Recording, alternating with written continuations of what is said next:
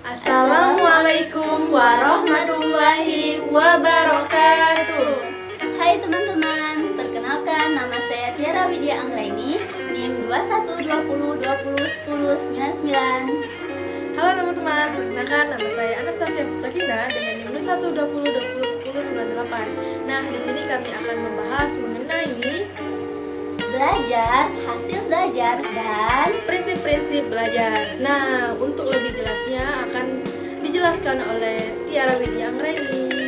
baiklah, terima kasih kepada Anastasia. Saya akan menjelaskan tentang materi belajar dan hasil belajar. Pertama yaitu kita akan mengetahui materi tentang belajar. Nah teman-teman, belajar merupakan kata kerja yang berasal dari kata ajar dalam Kamus Besar Bahasa Indonesia, yang berarti usaha untuk memperoleh kepandaian atau ilmu, berlatih, perubahan tingkah laku. Sedangkan secara terminologi, belajar adalah rangkaian kegiatan atau aktivitas yang dilakukan secara sadar di dalam diri seseorang dan mengakibatkan perubahan dalam dirinya berupa penambahan pengetahuan atau kemahiran. Sesuatu dikatakan sebagai belajar ketika memenuhi kriteria berikut. Yang pertama yaitu terjadi perubahan dalam kondisi sadar. Yang kedua, perubahan tersebut relatif menetap dan bertahan lama. Yang ketiga, perubahan menjadi lebih baik atau positif. Yang keempat, perubahan tersebut mempunyai tujuan. Dan yang kelima, perubahan terjadi karena latihan dan pengalaman. Dan materi yang selanjutnya yaitu kita akan mengetahui hasil belajar. Nah teman-teman, sebelumnya saya akan menjelaskan hasil belajar adalah perubahan perilaku keseluruhan yang dimiliki oleh siswa setelah belajar, yang wujudnya berupa kemampuan kognitif, afektif, dan psikomotor. Dan pengalaman, salah satu aspek potensi saja. Hasil belajar menjadi sebuah pengukuran dari penilaian kegiatan belajar atau proses belajar, dinyatakan dalam simbol, huruf, maupun kalimat yang menceritakan setelah hasil belajar. Hasil belajar juga dapat dilihat melalui kegiatan evaluasi yang bertujuan untuk mendapatkan data pembuktian yang akan menunjukkan tingkat kemampuan siswa dalam mencapai tujuan pembelajaran.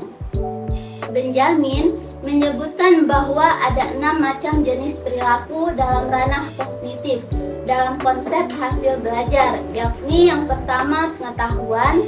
Pengetahuan ini meliputi tentang suatu kemampuan dalam bidang ingatan mengenai sesuatu yang telah dipelajari dan yang telah tersimpan di dalam sebuah ingatan.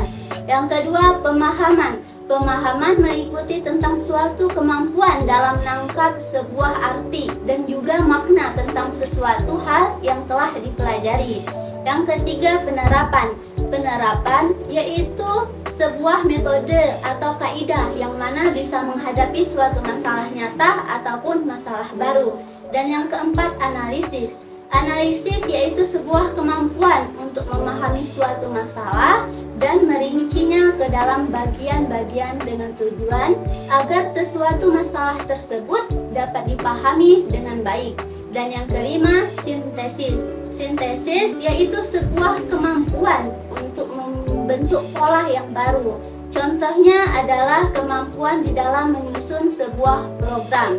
Dan yang keenam, evaluasi. Evaluasi adalah suatu kriteria tertentu. Contohnya adalah kemampuan dalam menilai sebuah hasil ulangan atau semester. Yang ketiga, fungsi hasil belajar. Fungsi dari psikologis hasil belajar yaitu ada dari dalam segi si anak didik. Pada umumnya, seorang anak saat menentukan suatu sikap dan juga tingkah lakunya, seringkali mereka berpedoman kepada orang yang lebih dewasa.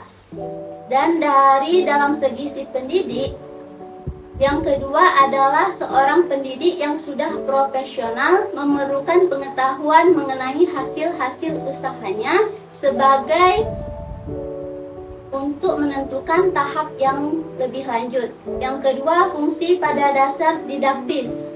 Nah, fungsi pada dasar didaktis ini dari sisi pandang anak didik, yaitu mengenai suatu pengetahuan akan kemajuan-kemajuan yang sudah dicapai pada umumnya yang berpengaruh baik terhadap sebuah prestasi selanjutnya.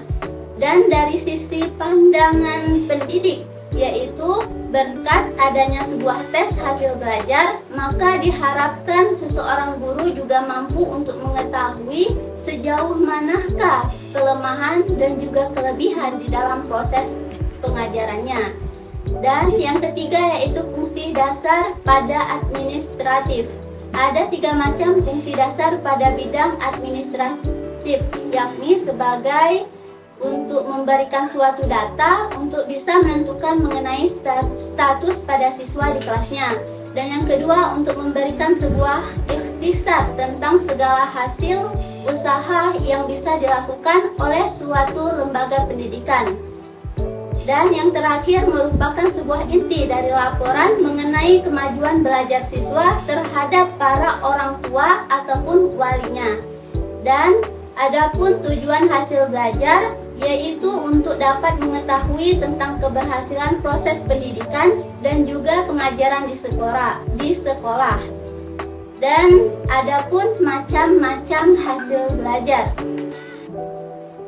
Yang pertama yaitu penilaian formatif.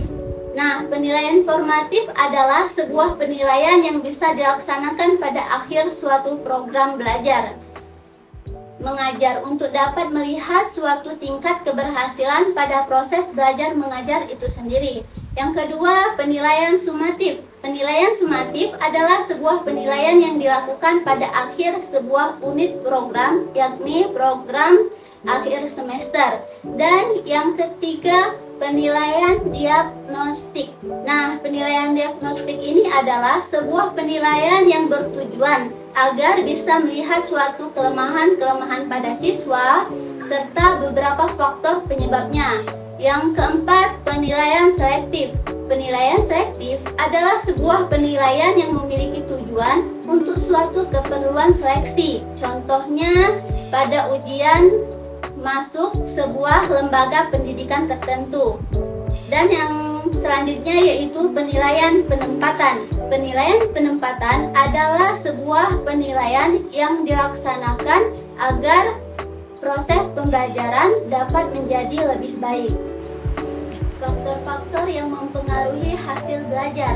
Faktor-faktor yang mempengaruhi hasil belajar yaitu yang pertama ada faktor dari internal. Faktor internal meliputi faktor jasmani berupa kesehatan dan cacat tubuh. Yang kedua, faktor fisiologis terdiri perhatian dan lain-lain. Yang selanjutnya faktor kelelahan terdiri dari rohani dan lain-lain. Dan selanjutnya faktor eksternal yaitu faktor dari keluarga dan lain-lain. Dan yang selanjutnya faktor sekolah. Dan yang terakhir yaitu faktor kegiatan masyarakat. Itu saja yang dapat saya sampaikan hari ini. Selanjutnya akan dilanjutkan oleh teman saya Anastasia.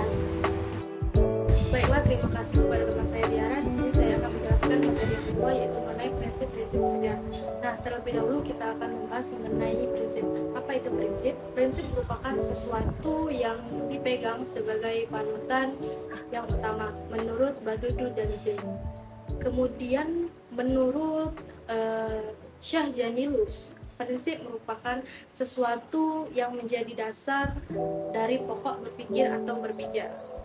Kemudian menurut Gestalt, prinsip belajar adalah suatu transfer belajar antara pendidik dan peserta didik, sehingga mengalami perkembangan dari proses interaksi belajar mengajar yang dilakukan secara terus-menerus. Hal ini diharapkan peserta didik ini mampu menghadapi permasalahan yang dihadapinya sendiri melalui teori-teori dan pengalaman-pengalaman yang pernah diterimanya saat proses atau kegiatan pembelajaran. Jadi, dari beberapa pengertian di atas, kami menyimpulkan bahwa prinsip belajar adalah landasan berpikir, landasan berpijak, dan sumber motivasi agar proses belajar dan pembelajaran dapat berjalan dengan sesuai dan baik antara pendidik dan peserta didik atau guru dan peserta didik atau siswa. Nah, untuk lebih lanjutnya di sini kami membahas mengenai prinsip-prinsip. Nah, prinsip-prinsip yang dimaksud di atas tadi yaitu perhatian dan motivasi, kemudian keaktifan, keterlibatan langsung atau pengalaman, pengulangan, tantangan, serta perbedaan individu. Untuk lebih jelasnya akan diuraikan sebagai berikut. Yang pertama nih, ada perhatian dan motivasi. Perhatian sendiri mempunyai peranan yang sangat-sangat urgent dalam pembelajaran. Tanpa adanya perhatian, maka pembelajaran yang diterima oleh siswa itu atau dari pendidik akan sia-sia. Selain itu, perhatian dan motivasi juga mempunyai peranan yang penting dalam kegiatan belajar. Giek dan Berliner mendefinisikan motivasi adalah tenaga yang menggunakan dan mengerahkan aktivitas seseorang. Nah, motivasi di sini mempunyai kaitan yang sangat erat dengan minat. Jika peserta didik yang memiliki minat terhadap suatu bidang tertentu cenderung tertarik perhatiannya, dan demikian timbul motivasinya untuk mempelajari bidang tersebut. Itu sebabnya saat kita memiliki minat, maka kita akan cenderung memiliki perhatian. Nah, kemudian yang kedua ada keaktifan. Menurut Dimyati dan Mujiono mengatakan bahwa belajar yang hanya dialami oleh peserta didik itu sendiri. Nah, peserta didik di sini adalah penentu terjadinya atau tidak proses belajar. Dalam setiap proses belajar, keaktifan ini beraneka ragam bentuknya, mulai dari kegiatan fisik yang mudah sampai kegiatan psikis yang sudah kita amati. Kemudian kegiatan fisik bisa berupa membaca, kemudian mendengar, keterampilan atau berlatih dan sebagainya. Nah, yang ketiga ada keterlibatan langsung atau pengalaman. Menurut Edgar Dale, dalam Omar Hamalik mengemukakan bahwa belajar yang paling baik adalah belajar melalui pengalaman langsung. Teori yang dikemukakannya menunjukkan bahwa keterlibatan langsung atau pengalaman setiap peserta didik itu bertingkat-tingkat, mulai dari yang abstrak ke yang konkret. Untuk dapat melibatkan peserta didik itu sendiri secara baik, fisik, mental, emosional maupun intelektual, maka pendidik hendaknya merancang pembelajarannya secara sistematis, melaksanakan kegiatan pembelajaran dengan mempertimbangkan karakteristik peserta didik dan karakteristik mata pelajaran. Nah, kemudian yang keempat ada pengulangan. Nah, pengulangan di sini maksudnya adalah suatu tindakan atau perbuatan berupa latihan berulang kali yang dilakukan peserta didik yang bertujuan untuk lebih memantapkan hasil pembelajarannya. Fungsi utamanya yaitu untuk memastikan peserta didik memahami persyaratan-persyaratan atau kemampuan-kemampuan untuk suatu mata pelajaran. Peserta didik akan belajar dengan mudah dan mengingat lebih lama jika mereka mengulangi apa yang mereka pahami. Kemudian ada yang kelima yaitu mengenai tantangan. Nah, dalam kegiatan pembelajaran dapat diwujudkan melalui bentuk kegiatan, bahan, alat pembelajaran yang dipilih untuk kegiatan tersebut. Apabila pendidik menginginkan peserta didiknya memunculkan motif yang kuat dan mengatasi hambatan dengan baik, maka bahan pembelajaran haruslah menantang. Menantang di sini juga harus memiliki pertimbangan-pertimbangan. Kemudian yang keenam ada perbedaan individual. Umar Hamalik mengemukakan bahwa perbedaan individu manusia dapat dilihat dari dua sisi, yakni ada horizontal dan vertikal. Nah, yang pertama nih ada perbedaan individu dalam aspek mental, seperti sikap, minat, kecerdasan, bakat, ingatan, emosi, dan sebagainya. Sedangkan perbedaan vertikal adalah perbedaan individu dalam aspek jasmania, seperti bentuk badan, tinggi, besar badannya, tenaga, dan lain sebagainya. Kemudian Kemendikbud mengemukakan ada 3 prinsip dalam belajar. Yang pertama ada law of relevance, yaitu belajar akan berhasil apabila individu memiliki kesiapan dan melakukan perbuatan tersebut. Yang kedua ada law of exercise, yang itu belajar akan berhasil apabila banyak latihan dan ulangan. Yang ketiga ada law of relevance. Yang ketiga ada law of effect, yaitu belajar akan bersemangat apabila mengetahui dan mendapatkan hasil yang baik. Hasil apabila individu memiliki kesiapan untuk melakukan. Kemudian ada prinsip pembelajaran yang sudah dijelaskan barusan. Ini memiliki dampak atau implikasinya bagi pendidik dan peserta didik. Mulai dari yang pertama nih, ada implikasi prinsip perhatian dan motivasi, yaitu pada perencanaan dan pelaksanaan pembelajaran akan terwujud dalam perilaku dengan menggunakan metode bervariasi, media yang relevan, kemudian bahasa yang sederhana, serta pertanyaan yang sifatnya membimbing. Sedangkan pada motivasi dapat dilihat pada penguasaan bahan ajar, kemudian penguasaan kelas, serta kemampuan dalam menciptakan kondisi lingkungan yang menyenangkan. Kemudian yang kedua ada implikasi prinsip keaktifan bagi peserta didik dapat mewujud perilaku seperti mencari sumber informasi yang dibutuhkan, membuat clipping, membuat karya tulis, dan lain sebagainya. Kemudian yang ketiga ada implikasi prinsip keterlibatan langsung atau pengalaman bagi peserta didik adalah merancang aktivitas pembelajaran individual dan kelompok kecil menggunakan media yang langsung. Dapat dipakai peserta didik membuat tugas untuk mempraktekkan gerakan psikomotorik yang dicontohkan, kemudian melibatkan peserta didik mencari informasi dan sumbernya. Kemudian ada implikasi yang keempat, ada pengulangan. Nah, yaitu merancang kegiatan pengulangan, misalnya mengerjakan soal-soal latihan, kemudian membuat pengulangan yang bervariasi, kemudian menggunakan alat evaluasi untuk kegiatan pengulangan. Kemudian yang kelima ada implikasi prinsip tantangan, diantaranya merancang dan mengolah kegiatan eksperimen, memberi tugas untuk memecahkan masalah yang membutuhkan informasi dari orang lain.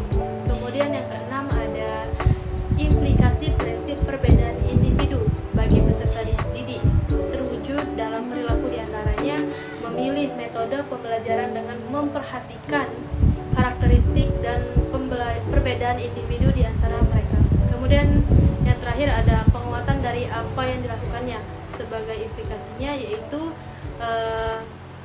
peserta didik segera mencocokkan jawaban dengan kunci jawaban.